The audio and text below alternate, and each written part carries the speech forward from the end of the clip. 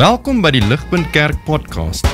As Ligpunt Gemeente is dit ons begeerte om God te verheerlik deur disippels te wees wat disippels maak en 'n kerk te wees wat kerke plant. Geniet hierdie week se preek.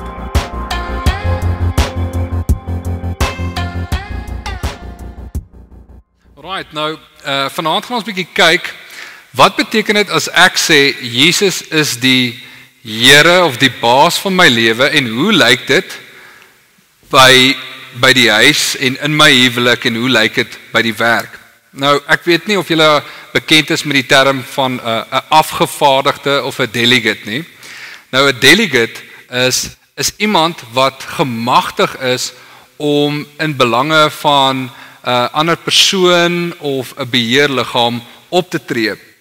Nou, hierdie afgevaardigde voer hierdie persoon, of kom ons noem dit nou die baas, se opdragte uit, en so as jy daardie opdragte en daardie instruksies teenstaan, is dit net sowel jy weerstaan hierdie baas. Nou, 'n delegate is soos iemand soos 'n minister wat in die belange optree van die regering, of 'n best man of 'n bridesmaid wat optree in die belange van die bruid of die bruidegom in afwagting op daardie groot dag.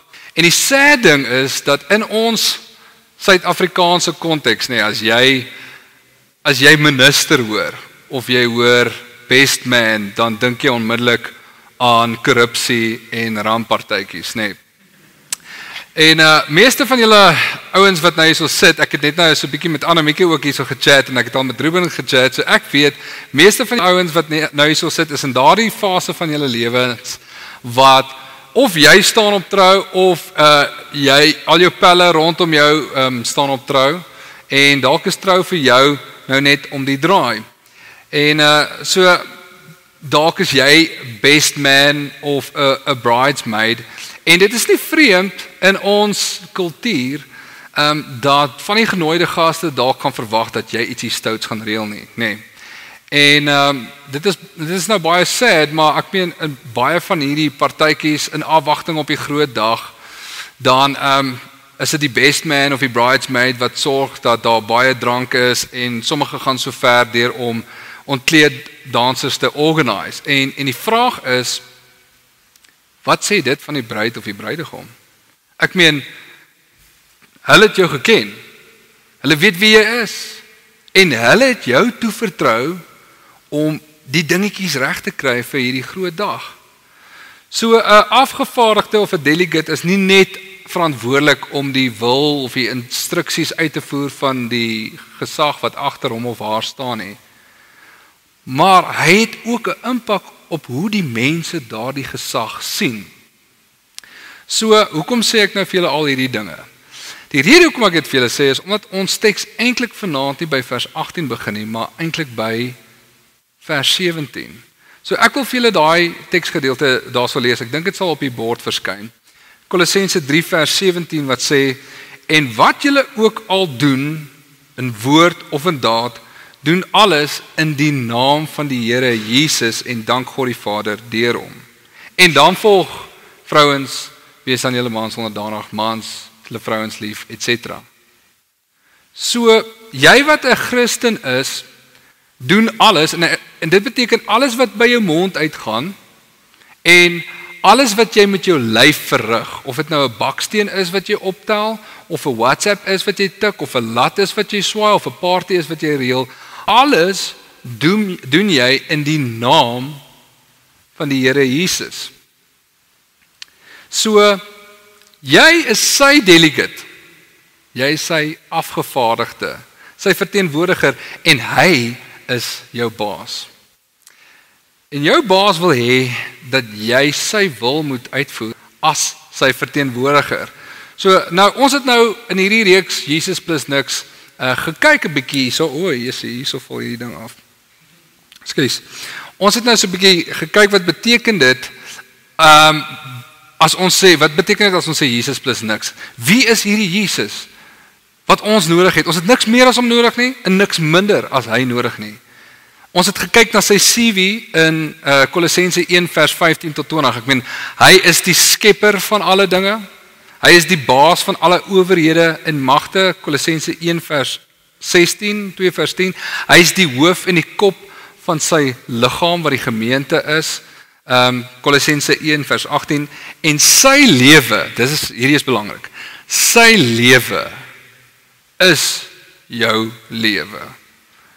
Ons lees ook in Kolossense 3 vers 4. When Christ, who is our life, shall appear, we shall appear with him in glory.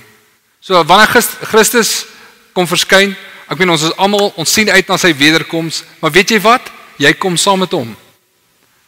Want hy is jou lewe. En ek weet nou nie of julle, wie was hier toe Poen gepreek het? Hier is 'n paar ouens wat hier so was toe Poen gepreek het, en hy het so 'n awesome voorbeeld gebruik om ons verbintenis met Jesus te illustreer.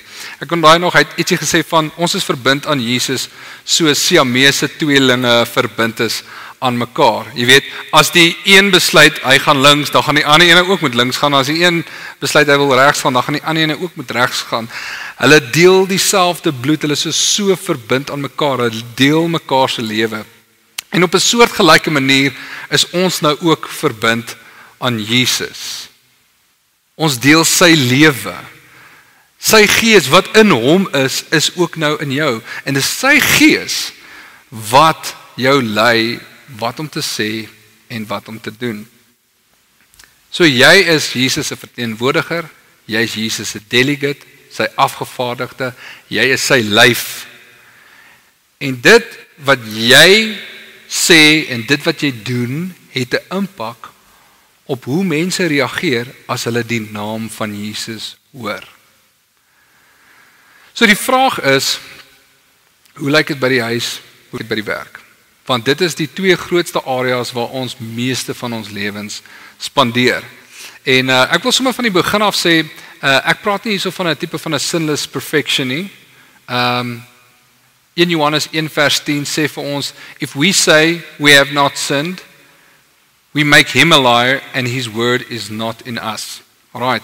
So ons almal van ons wat hierso sit, het sonde en ek definitief het ook sonde.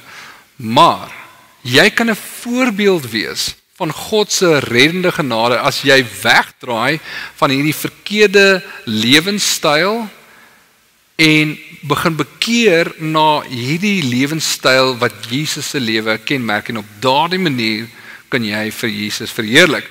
So ek wil nou 'n bietjie kyk, hoe wil Jesus hê jou lewe en my lewe moet lyk by die huis en by die werk, en dan gaan ons 'n bietjie kyk wat se tipe van 'n aanpassings ons moet maak.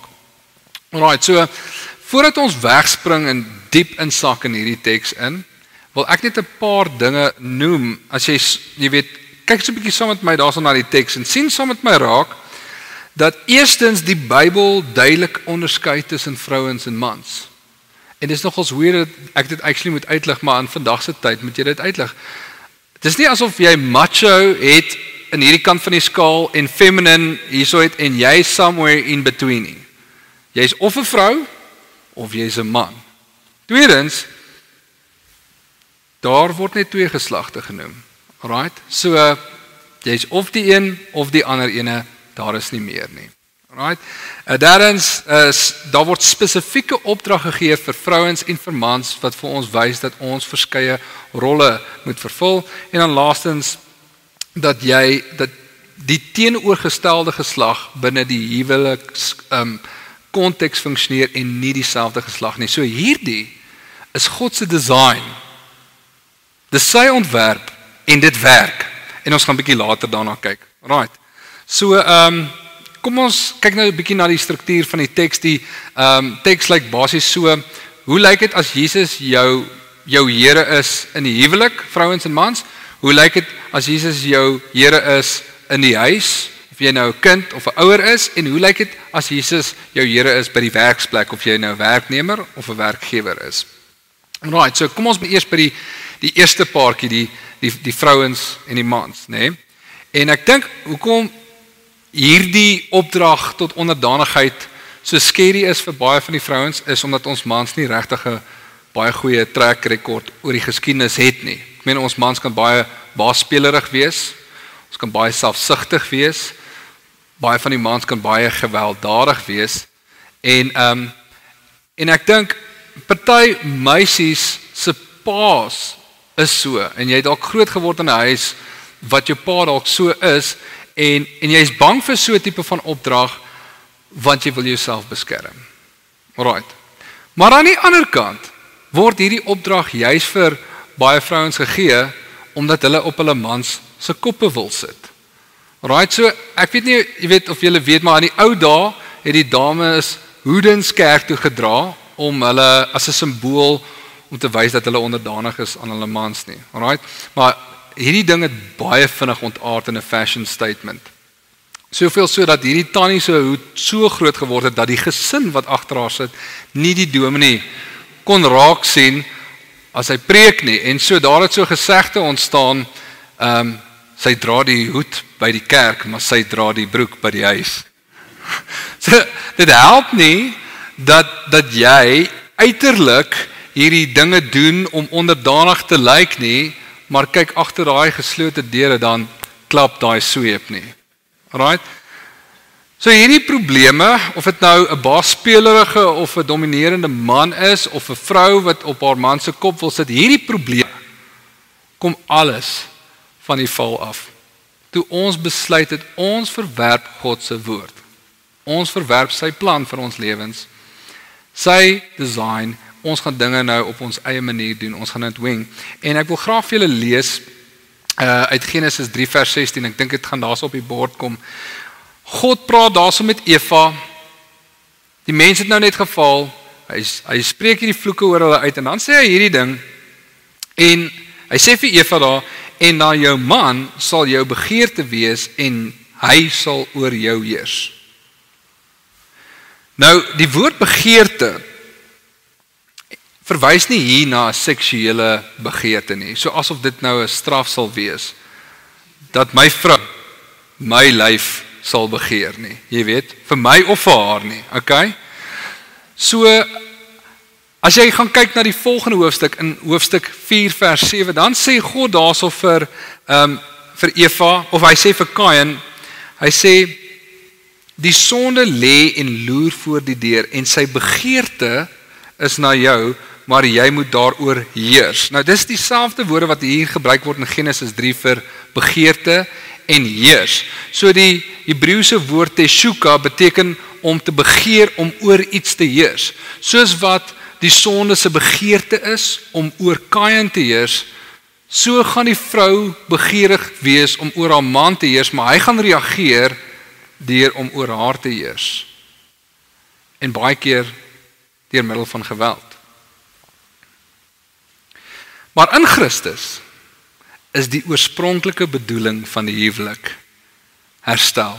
Daar het restoration plaasgevind. En dit wat hy gedoen het in sy lewe, in sy sterwe, in sy opstanding, die voorbeeld wat hy vir ons gestel het, die krag wat hy vir ons gegee het, daar het herstelling gekom. En hy het hierdie huwelik kom fix. Hy het ons verhoudings kom fix. En die sleutelfrase is in Christus. Daai wat ons het nou die Engels gelees, maar in die Afrikaans klink dit so, 'n vrou moet haar man onderdanig wees soos dit betaamlik is in die Here of in Christus. En in Christus word die huwelik teruggevat na Genesis 1 en 2 toe. Daar waar beide die man en die vrou geskape is na die beeld God, so hulle het gelyke waarde, gelyke status, en die vrou word gebring na haar man toe as 'n bekwame en 'n geskikte helper. En dit beteken nie hier dat sy inferior is teenoor haar man nie, want die Heilige Gees word ook ons helper genoem. Nee, haar bekwaamheid en haar God gegewe waarde maak haar 'n geskikte maatjie vir haar man, en nou kan Adam die werk wat aan hom gegee is, deel met sy vrou. En waar God nou weer vir Eva na Adam toe bring, nee, daar sal sê, wow, dit is nou uiteindelik vlees van my vlees en been van my been.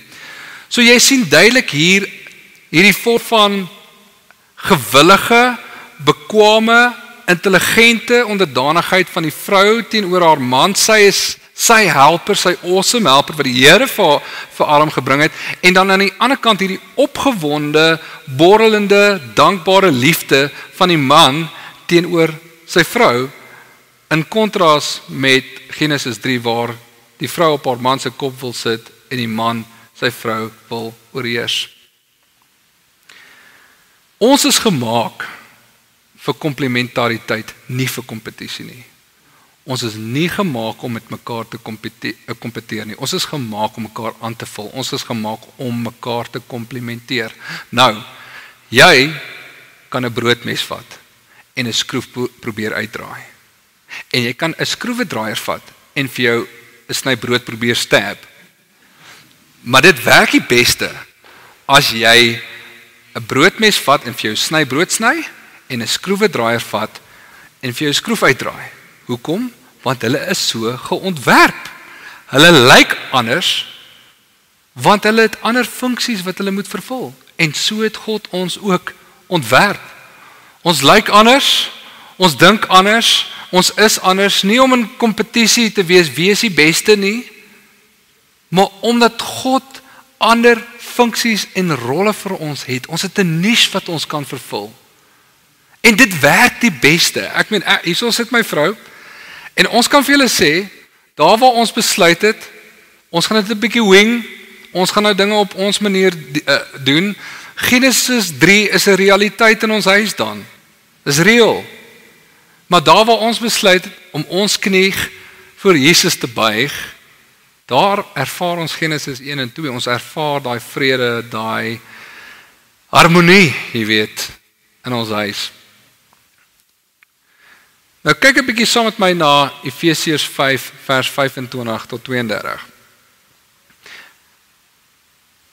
Manne, julle moet julle vroue lief hê, soos Christus ook die gemeente liefgehad het en homself daarvoor oorgegee het om dit te heilig, nadat hy dit gereinig het met die waterbad deur die woord, sodat hy die gemeente voor hom kon stel, verheerlik sonder vlek of rimpel of iets dergeliks, maar dat dit heilig en sonder gebrek sou wees. Te sê, hier is my vrou. Sy skoon. So behoort die mans hulle eie vroue lief te hê, soos hulle eie liggame. Wie sy eie vrou lief het, het homself lief. Want niemand het nog ooit sy eie vlees gehad nie, maar hy voed en koester dit. Net soos die Here, die gemeente, want ons is lede van sy liggaam, van sy vlees en van sy bene. Hoor julle Genesis 2 taal daarso, né? Daarom moet die man sy vader en sy moeder verlaat en sy vrou aankleef en hulle twee sal een vlees word. Weer eens Genesis 2. Hierdie verborgenheid is groot, maar ek sê dit met die oog op Christus en die gemeente. So Jesus het sy vrou, sy bruid, die gemeente, lief met 'n opofferende liefde. Dis hoe sy leierskap lyk. Opofferende liefde. Hy koester sy vroutjie. Hy maak hom mooi. Hy gee sy lewe vir sy vrou. En dis hoe die mans hulle vrouens moet lief hê. So Jesus het die huwelik kom herstel. Hy het hierdie restoration kom bring. En nou ek wil nie vir julle presies sê hoe lyk hierdie tipe van liefde in julle verhoudings en hoe moet hierdie tipe vorm van respek en onderdanigheid lyk nie, want ek weet in baie kulture word baie, jy weet, waardes op verskillende maniere uitgeleef. Jy weet in Japan, as jy die ou wil groet en respek aan hom betoon, dan buig jy weet, en ons het nie daardie tipe van gebruike nie, nê? Ons wys respek en jy weet, agting vir die ander persoon op ander maniere, en so is dit dieselfde in verhoudings, dat jy weet, couples op verskillende maniere mekaar respekteer en lief het en so, maar die belangrike ding is dat die beginsel van onderdanigheid, as die vrou vrywilliglik, intelligent, bekwaamd, onderdanig is aan haar man en die man se leierskap gekenmerk word deur vrye, opofferende liefde, dan is jy besig om God se wil uit te leef vir jou lewe en vir die huwelik. Nou ek wil nou wel net ietsie sê vir die ongetroude klomp hierso onder julle, en ek dink dit het betrekking op dit wat die teks sê. Eerstens, Vrouens, as jy nou nog nie getroud is nie, kies vir jou 'n man wat jy kan respekteer. As jy weet jy gaan onderdanig moet wees aan hierdie ou, moenie vir jou 'n ou kies wat jy nie kan respekteer nie. Moenie ou kies wat 'n boelie is nie. As jy hom nou al wil change, nê? Of dink, nee, maar hy gaan nog verander. Hy mag miskien cute wees. Hy mag miskien baie oulik wees. Maar die vraag is hy 'n godsman? Is hy in Christus? En ek praat nie hierso van die ou is perfek nie, want nie een van ons is perfek nie. Ek praat hier van die basiese karaktereienskappe van 'n godsman, 'n disipel van Jesus. Is hy gehoorsaam aan Jesus? Want jy gaan jou tyd mors. As jy 'n ou trou en hy kan nie jou geestelike leier wees nie. Jy soek vir jare se moeilikheid. Nou tweedens, sonde is nie betaamlik in die Here nie. Jy kan nooit jou man in sonde volg nie. So as hy wil jou betrek by 'n bedrogspel of hê dat jy R-rated movies saam met hom check, kan jy hom nie daarin volg nie. Want Jesus is beide jou en jou man se baas. En jou onderdanigheid aan jou man is maar net 'n uitdrukking van jou onderdanigheid aan Jesus. Jy het nooit 'n rede om enige iemand in sonde te volg nie. Dit beteken nie dat jy hom nie, as jou man nie vir Jesus luister, dat jy hom nie moet respekteer of onderdanig wees in dinge wat reg is nie. Nee, dit moet jy doen. Maar as hy wil hê dat jy hom moet volg in sonde, dan weier jy. Alright. So nou kom ons by die ouens. Eerstens, maak seker jy is daardie godsman, okay? Maak seker jy is daardie godsman wie daai girl van jou kan opkyk na. Dat sy jou kan respekteer. Kan jy haar geestelike leier wees? Is jy gehoorsaam aan Jesus? Is jy 'n disipel van Jesus? Is jy 'n godsman? Maak seker jy is daai godsman. Tweedens, die girl wat jy mag miskien baie aantreklik wees, maar die vraag is sy 'n godsvrou? Jy weet, het sy respek vir haar pa? Want ek meen, as sy nie nou respek het vir haar pa nie, ek weet nie hoe gaan sy dalk miskien respek hê vir jou nie. Jy weet, as die honeymoon fase verby is, en jy sit hierso met 'n vrou wat op jou kop wil sit, nee, gaan jy baie vinnig jou hare verloor. Dis nie hoekom ek bless is nie. Ek wil net sê, nee. maar kom ek sê vir jou, jy mag dalk miskien met juffrou Suid-Afrika getrou het.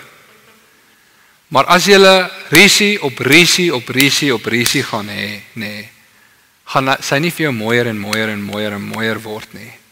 En dit gaan vir jou moeilik wees om haar opofferend lief te hê en om, soos die teks vir jou beveel, om nie, ek weet die Engels stel dit 'n bietjie anders, ek dink die Engels sê om nie verbitterd te raak teenoor haar nie. Dit gaan vir jou moeilik wees om nie verbitterd te raak teenoor haar nie. As sy nie vir Jesus nou luister nie, moenie dink, ja, maar sy sal vir Jesus luister as ons getroud is nie. So maak seker, wie kies jy om te trou? Dan wil ek vir jou vra, vir die ouens, het jy al ooit gehoor van die love languages? Want ek het so 'n bietjie te laat daarvan gehoor, nê?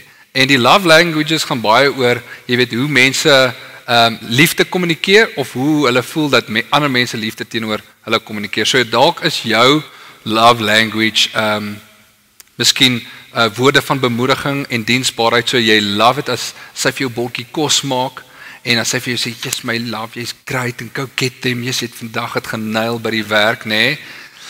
Maar dis nie noodwendig haar liefdestaal nie. Haar love languages is dalk kwaliteit tyd en geskenkies. En so die bottom line is vind wat haar geliefd maak voel, wat anders te gaan jy dink, "Jessie, maar ek het hierdie week vir haar die kar gewas en ek het vir haar gesê wat 'n great job sy met die kinders doen en sy is nog steeds ongelukkig." Want dalk is dit net omdat sy bietjie meer kwaliteit tyd soek, jy weet. En dalk soek sy elke nou en dan net elke bossie blomme of 'n geskenkie of ietsie wat sê ek is crazy oor jou. So maak seker wat laat haar geliefd voel. Of om die Bybelse taal te gebruik, koester haar. Net soos wat Jesus sy gemeente doen, koester haar. Laastens, en hierdie is dit alweer. Moenie haar lecture, as jy dink sy help jou nie soos wat sy moet nie. Jy weet, onthou, jou leierskap moet gekenmerk word deur opofferende liefde en konfrontasie het bitter selde die gewenste effek.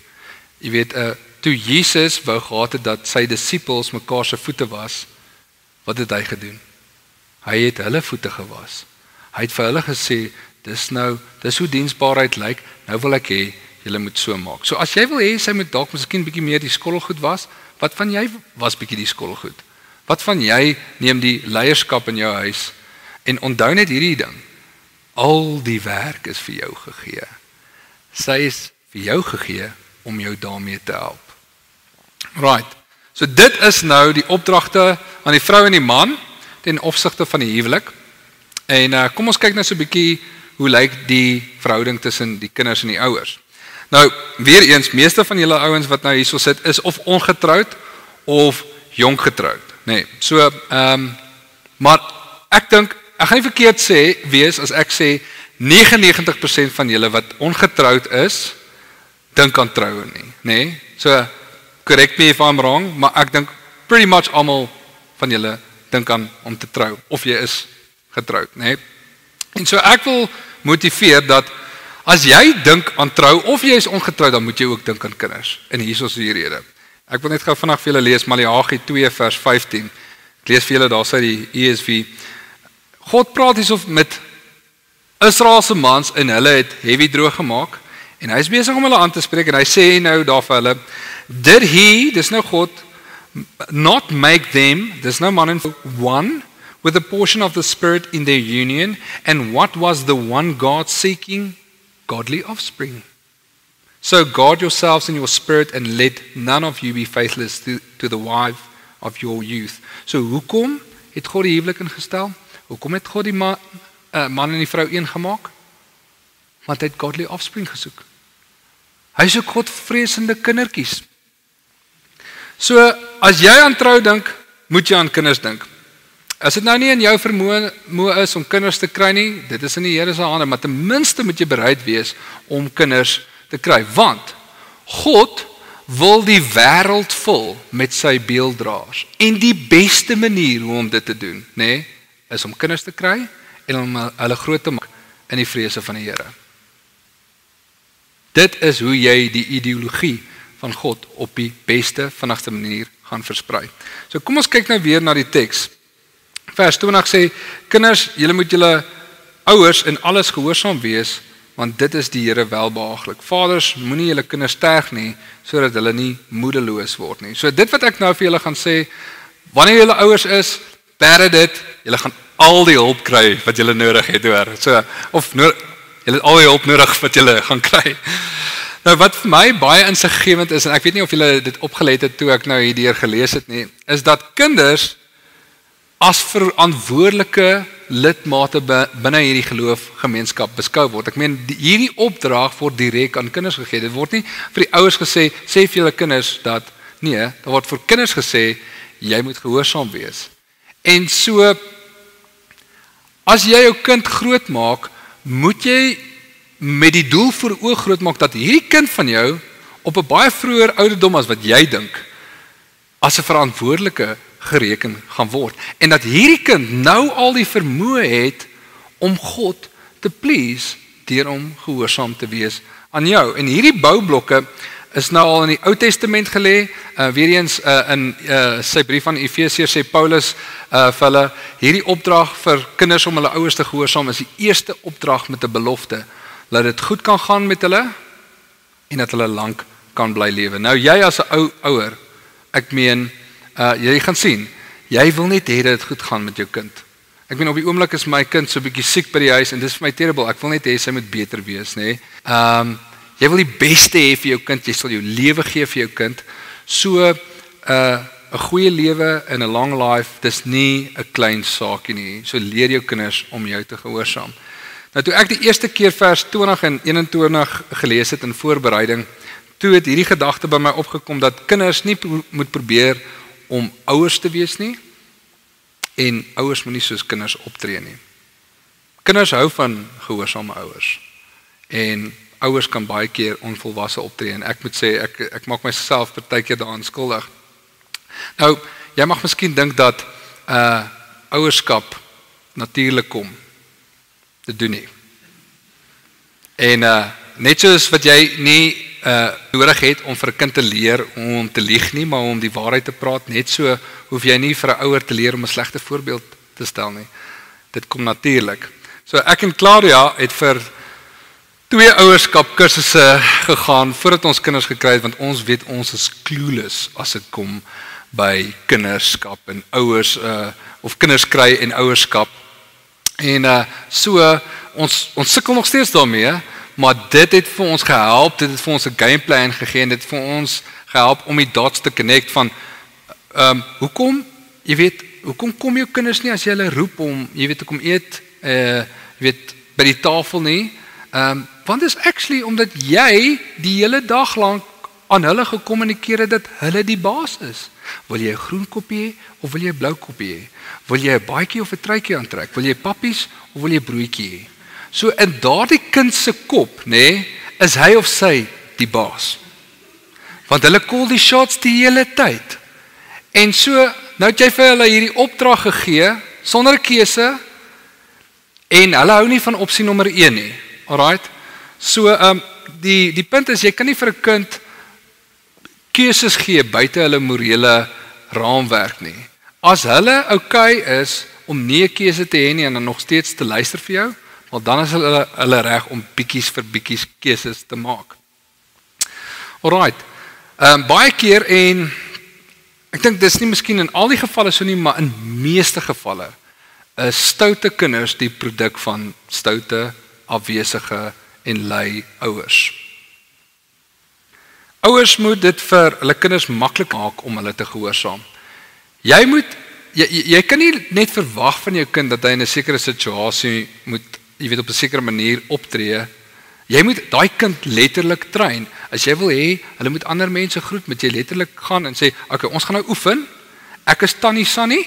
Ek kom by die deur in en dan gaan jy sê, "Hallo Tannie Sunny." En dan gaan sê, "Hallo."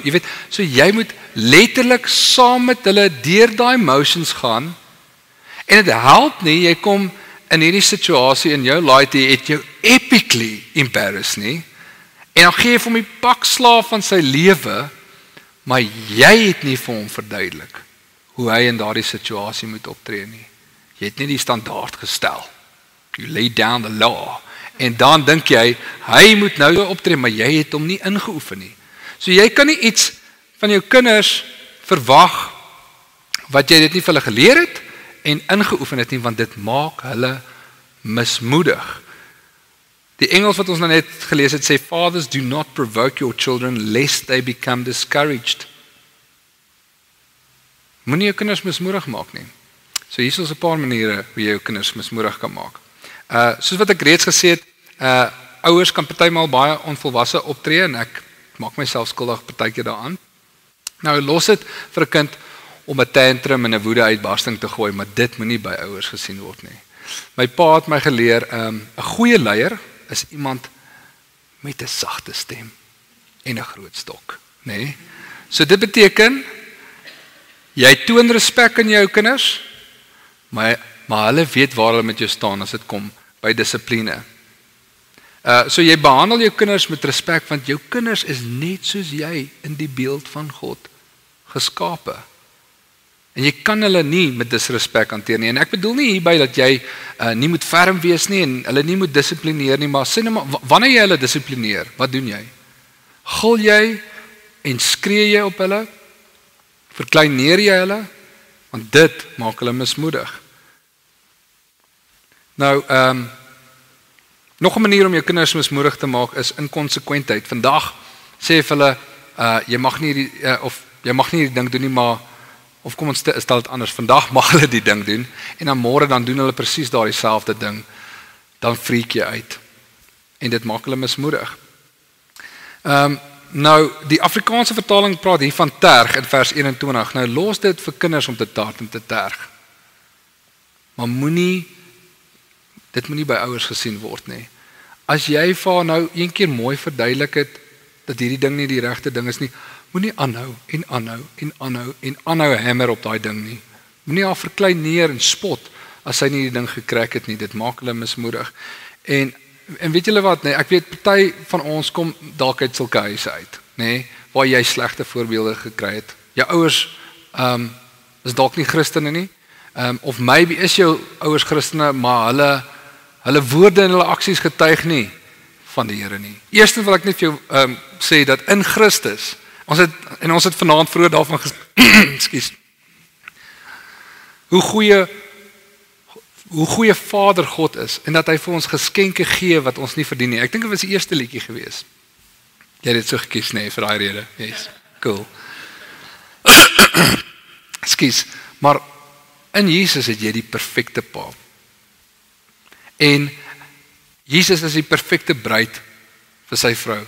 Jy mag dalk uit 'n gebroke huis uitkom, maar Jesus het vir ons hierdie voorbeeld kom stel. So daar's hoop vir ons, maar ek wil vir jou sê, so reël soos wat sy genade is, so reël is jou verantwoordelikheid by die huis. En die sê ding is, baie ouers loop rond met die naam van Jesus op hulle lippe, maar hulle woorde en hulle werke getuig nie daarvan by die huis nie. Ek het 'n chom, ek meen as kind, of nie kinders nie, ons was jonk, en ons het saam gospel liedjies geskryf, ons het saam in 'n gospel band gejol, maar sy pa, hy was betrokke by die kerk, maar hy het heavy droog gemaak by die huis, en vandag wil daai chom vir my niks van Jesus hoor nie. Hy wil niks te doen met die naam van Jesus nie. So, as God die wêreld wil vul met sy beelddraers, het ons 'n verantwoordelikheid as kinders van Jesus om die naam van Jesus aantreklik te maak by die huis en dan in die breër konteks by die werk. En dit bring ons nou by die werksplek. So als wat ons sê en doen in ons huwelike en by die huis moet in die naam van Jesus gedoen word, want ons is sy delegates, ons wil sy doelwitte bevorder en ons wil ons baas goed laat lyk. En dit geld net so by die werksplek. So ek wil net weer vir julle daai stukkie lees van die werksplek, sodat ons net ons gedagtes bietjie weer kan verfris. Daar lees ons in vers 22, jy kan saam met my lees. Diensknegte, julle moet julle Here na die vlees en alles gehoorsaam wees, nie met oordiens soos mense behaars nie, maar in eenvoudigheid van hart, omdat julle God vrees. En wat julle ook al doen, doen dit van harte soos vir die Here en nie vir mense nie, omdat julle weet dat julle van die Here die erfenis as vergelding sal ontvang, want julle dien die Here Christus. Maar wie onreg doen, sal die onreg wat hy gedoen het terug ontvang en daar geen aanneming van die persoon nie. Die Here het nie wit broodjies nie. Betoon reg en billikheid, Here, aan julle diensknegte, omdat julle weet dat hulle ook 'n Here in die hemel het. Nou, net soos wat julle ouens wat aan trou dink, ook aan kinders moet dink, net so moet jy wat besig is om te swat, dink aan die werksplek. En as ek my kar na 'n mechanic toe vat, dan hoop ek, hy's nie 50 tot 60% bekend met die werk wat hy op my kar moet doen nie. En as jy op daardie operasietafel lê, dan hoop jy, die ou wat jou bors gaan oopsny, is nie 60 of 80% bekend met dit wat hy nou moet doen nie. Jy hoop hy is 100% bekend met dit wat hy nou moet doen, en dat sy ingesteldheid die is van absolute deeglikheid. Alright? So die vraag is, wat is jou houding ten opsigte van jou swattings? Want dit is hoekom jy dit doen, jy wil die werksplek betree. En as ek 'n baas is, soek ek nie iemand wat nie betroubaar is of lui is om op te dag vir werk nie. Ek soek iemand wat betroubaar is, ek soek iemand wat eerlik is, en ek soek iemand wat bekend is met sy veld. En so as jy vir Jesus nou gaan werk, as hy jou baas is, dan is die vraag, hoe lyk jou ingesteldheid met jou swattings? Want as jy weet dat hy jou baas gaan wees, dat jy uiteindelik vir Jesus gaan werk, gaan dit jou ingesteldheid bietjie, dit gaan 'n effek hê op hoe jy jou swattings benader. Nou, sommige van ons was lanklaas in die skool gewees en so ek onthou julle nog daai woord redegewende voegwoord, nê? Nou, dit beteken dis 'n woordjie wat verduidelik hoekom iets so is. En hierdie laaste 5 verse wat ons gelees het, is daar 4 sulke woorde wat vir ons die logika gee van hoekom hierdie opdragte vir ons gegee word. En ek gaan vir julle hierdie 4 redegewende voegwoorde uitlig. Ek dink dit sal vir julle op die skerm ook opkom. Eerstens, omdat julle God vrees, vers 22. Tweedens, omdat julle weet dat julle van die Here die erfenis as vergelding sal ontvang. Derdens, want julle dien die Here Christus. En vierdens, omdat julle weet dat julle ook 'n Here in die hemel het. So, hierdie is die motivering vir die opdragte wat aan werknemers en werkgewers gegee word. En let op die laaste 2, daai laaste 2 opdragte. 1, want julle dien die Here Christus wat aan die werknemer gegee word. En dan 2, omdat julle weet dat julle ook 'n Here het en dit word aan die werkgewer gegee. En die bottom line is hierdie is dieselfde ding wat gesê word, maar net op 2 verskillende maniere. En so die bottom line is Jesus is die baas, beide van die werkgewer en die werknemer. So wat geld vir die werknemer, geld ook vir die werkgewer. En so ultimately is Jesus hulle baas. Hulle vertolk net ander rolle. So die motivering vir die een moet net so die motivering wees vir die ander ene. So van beide word daar verwag dat hulle vir God sal vrees, dat hulle hierdie ontzag sal hê van wie hy is. Ek meen, ons het gehoor Kolossense 1 vers 15, hy is die skepper van die heelal, hy is die baas van alle owerhede en magte, met ander woorde, hy is die baas van jou baas. Okay? En hy is met jou. Hy is die hoof van die kerk en jy is deel van sy gemeente, jy is deel van sy lyf. So jy lewe met hierdie kennis van wie Jesus is, jy het hierdie ontzag vir hom en daardie wysheid, of daardie vrees bring hierdie wysheid meer wat vir jou leer. Hoorie, Jesus is jou baas. En hy is uiteindelik ook jou pynmeester. En dit sal jou motiveer en dit sal vir jou ook 'n waarskuwing gee. Die een is die motivering is moenie worry nie, Jesus, hy is jou pynmeester. En die waarskuwing is as jy kies om droog te maak, moenie worry nie, jy sal kry wat jy kies en hy sal seker maak daarvan. Alright. Nou daar is bitter min dinge in vandag se tyd soos COVID wat die vergrootglas op die issues by die werkplek gesit het. Ek dink weens lockdown en baie reëlings rondom regulasies om die virus te versprei, soos isolasie en daai tipe van goeders het dit baie druk gesit op baie besighede. En of jy nou in die musiekbedryf is, jy kan nie meer shows doen nie, hotelbedryf, jy weet mense kom nie meer na jou bed and breaks toe nie, of jy nou 'n prokureur, ek meen selfs rekenkundiges, selfs gesondheidswerkers, ek dink is reg om te sê dat alle industrieë is hierdeur geaffekteer. En daar's baie issues wat nou alreeds daar was, maar wat nou net groter gemaak is. En so, daar's baie ouens wat nou sonder werk sit en baie van die dames wat na my klas toe kom, ek gee kunsklasse, wat vir my nou gesê het is, hoorie, ek kan nie meer jou klasse betaal nie, want my man het sy job verloor, of ek kan nie meer werk nie. Ek onthou, jy weet, hierdie hele gedagte van, gaan dit genoeg wees? Gaan dit wat die salaris wat ek kry, gaan dit vir my help? Gaan dit vir my gesin sorg? En so daai stres is reël. En ek onthou toe, net voordat ek en Claudia getrou het, in die oggende, as ek opgestaan het, my hare letterlik op die kussing gelê. Dis hoekom ek bless is julle. Dis nie my vrou wat op my kop sit nie. Maar ek het gestres oor, gaan ek vir my vrou kan sorg? En gaan my salaris genoeg wees? En ek onthou 'n maand voordat ons getrou het my klasse 'n movie se boost gekry. So daar was genoeg gewees vir my om vir my vrou te sorg, maar daai stres is reël. Daar het verskeie etiese probleme vererger met COVID, mense wat salarisse trek, maar wat nie hoe werk toe te kom nie. Jy weet, dalk is dit omdat jy COVID het of weens allerhande regulasies of jy moet jouself isoleer. So as jy 'n ou is wat die hele tyd verskonings uitdink, hoekom jy nie moet werk toe kom nie, is COVID jou golden ticket. Nee, dit is jou troefkaart.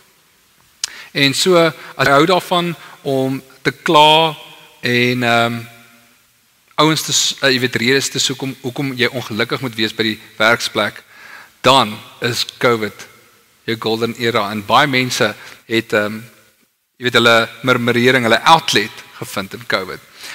Dan hoor mense elke dag van onregverdige behandeling, jy weet, sekere ouens wat aansoeke gedoen het vir hierdie COVID-lenings om hulle besighede aan die gang te hou. En dan kry hulle dit nie, maar 'n ander ou, wees sekere redes kry dit, maar dan gebruik hy daai geld om sy debts te betaal en nie om sy werkers te betaal nie. So hierdie onregverdige behandeling is 'n issue. En weet julle wat? Al hierdie dit ek nou opgenoem het, spreek die woord van die Here aan. En dit is vir my amazing actually. Jy weet, of dit nou fluksheid is, regverdige behandeling of finansiële behoeftes, jy weet die Here hoeveel ek nodig het om uit te kom hierdie maand. Die Here praat daaroor. So kom ons kyk 'n bietjie daarna. Eerstens, as jy 'n Christen is in die werksplek, sal jy nie lei wegsteek en allerhande redes soek hoekom jy nie werk toe moet kom of hoekom jy nie die ooreenkoms tussen jou en jou baas gaan eer nie. Jy gaan nie op TikTok sit by die werk nie. Jy gaan jou tydstaat eerlik invul. Jy gaan nie, jy weet, net jou werk fliks doen en vriendelik wees as jou baas instap, maar as hy uitstap, dan begin jy te kla oor jou gebrek aan bonusse of jou salaris wat te klein is of wat ook al die geval mag wees nie. Nee, jy gaan genuinely jy jou baas respekteer. Jy gaan hom eer. En die rede daarvoor is omdat jy God vrees. Omdat jy weet wie regtig jou baas is. Omdat jy weet wie jy regtig voorwerk. Nou, dit word aangeneem dat ons wat in Jesus is, hierdie vrees in ons het vir God. Want daar word sê, omdat julle God vrees. En daar is hierdie bemoediging vir ons, moenie worry nie. Jesus, hy wil sy erflating met jou deel. Jesus is verstommend ryk. En hy wil daardie rykdom met jou deel. Okay? Hy is jou paymaster. Jy worry oor 'n bonus, moenie worry nie. As jy in Jesus is daar 'n huge bonus wat vir jou wag. Right? Maar daar is ook 'n waarskuwing. Hy het nie wit broodjies nie. So as jy gaan kies om droog te maak, jy sal kry wat jy kies. Nou as jy 'n Christen direkteur, 'n CEO of 'n manager van soorte is, gaan jy nie bekommerd wees hoe jou werkers gaan betaal nie, want ek weet dit is vir baie ouens nou regtig 'n bekommernis. Hoe ek kry revenue in nie, hoe my werkgewers of my werkers betaal. En so dalk wil jy dalk dink aan jou eie sake en hoe jy jouself gaan cover. Maar daar's 'n stukkie in die woord 1 Petrus 5 vers 7 wat vir my so bemoedigend was toe ek hierdie gedeelte bestudeer het. Werp al julle bekommernis op hom want hy sorg vir julle. So jou baas in die hemel het al die hulpbronne tot sy beskikking en sy arm is nie te kort om jou te help nie.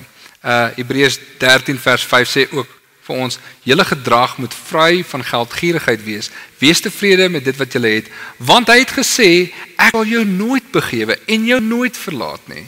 So die bottom line hierso is, moenie gierig wees, moenie geldgierig wees nie, moenie geld probeer hoord nie, God sal jou nie drop nie. Dis wat hy beloof het, en God doen sy woord gestand. So, of jy nou 'n werknemer of 'n werkgewer is, wees meer besorgd oor hoe jy Jesus se naam uitdra in die werksplek, het sy dit nou met die manier is hoe jy besigheid doen, werk doen vir jou baas of hoe jy jou werkers behandel. Wees meer besorgd daaroor as 'n stewige bankrekening, want hy het gesê hy sal jou nie drop nie.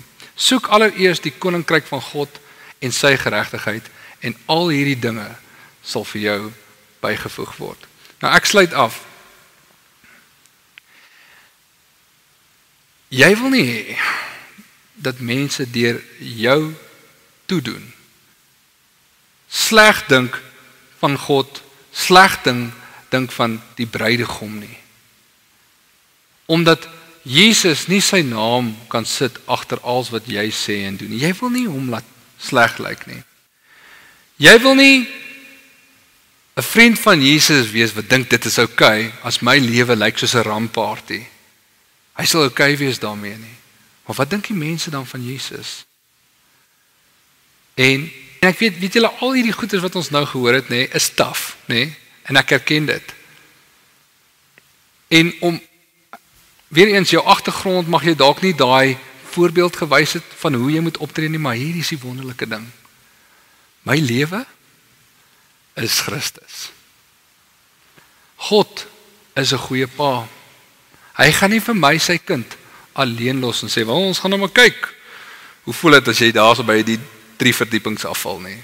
Jy weet, hy gaan my keer. Hy sorg vir my. Hy lei my. Jesus is 'n fantastiese bruidegom vir sy bruid. Hy gaan vir my sorg, hy gaan vir my skoon was. Daar is hulp vir jou wat in Jesus is. En jy moet net gebruik maak van hierdie hulp. Ek dink ons het 'n ruk terug het ons deur 'n reeks gegaan van om gebruik te maak van die genademiddels tot jou beskikking, deur om Bybel te lees, om jou gedagtes te verander, om meer tyd te spandeer saam met Jesus en te bid. Maar daar is hulp vir jou om hierdie lewe te leef, om Jesus te verheerlik. En dan as jy vanaand hier so sit, nê, en jy's nog in die koninkryk van duisternis. Jy's nog in hierdie onstabiele, onsekere wêreld en jy het nog nie oorgegaan in die lig van Jesus se heerskappy nie. Dan wil ek vir jou bemoedig en ek wil jou uitnooi. Kom na Jesus toe. Want daar is vir jou vergifnis van sondes. Daar's vir jou 'n nuwe lewe. Daar's vir jou herstel op hierdie verhoudings wat ons nou net van gepraat het. Daar's vir jou 'n hoop en 'n toekoms wat vir jou voorlê. En vir almal wil ek net vanaand sê, nê, as jy nou gewonder het, Jessie, ek weet net nie of ek hierdie stap moet neem en doen soos wat die Here vir my sê nie, toets hom. Vat Jesus op sy woord. Toets sy design, want ek sê vir jou nou, dit werk. En ek wil net hierdie lees. Maar almal wat hom aangeneem het, Johannes 1 vers 12. Almal wat hom aangeneem het, aan hulle het hy die mag gegee om kinders van God te word, aan hulle wat in sy naam glo, wat nie uit die bloed of uit die wil van die vlees of uit die wil van 'n man nie, maar uit God gebore is. En toets dit. Kyk of dit so is. As jy nog nie in Jesus is nie, toets dit. As jy vir Jesus aanneem en glo in hom, kyk of hy nie vir jou die mag sal gee om 'n kind van God te word nie. En nuwe lewe vir jou, dat hy vir jou nuwe lewe sal gee en 'n lewe wat skree Jesus. Kom ons bid saam. Ag, Hemelse Vader, ek wil net vir U eer en dankie sê vir Jesus Christus, U seun. Vir wie hy is, hy is die skepper van hemel en aarde. Hy is die baas van alle owerhede en magte. Alles is deur hom, vir hom en tot hom geskape, of dit nou in die hemel is of dit nou op aarde is, alles is syne. Hy is die hoof van die kerk, wat sy liggaam is, die volheid van hom wat alles in almal vervul. Here, en ons is so dankbaar dat ons kan deel wees van sy lyf, dat sy lewe ons lewe kan word. En Vader, so, ons kyk na onsself, ons sien ons gebrek, maar ons kyk na Jesus en sien sy krag. En ons vra, Here, asseblief, kom en verander ons. Mag ons lewens, mag ons woorde en ons aksies Jesus sê, sodat U al die heerlikheid mag kry, Here. En so, Here, dat ons lewens vervulling in Jesus mag vind. Ons vra dit als in U wonderlike naam. Dankie, Here. Amen. Vir meer inligting oor Ligpunt Kerk, besoek gerus ons webwerf op www.ligpunt.com of kontak ons gerus by info@ligpunt.com.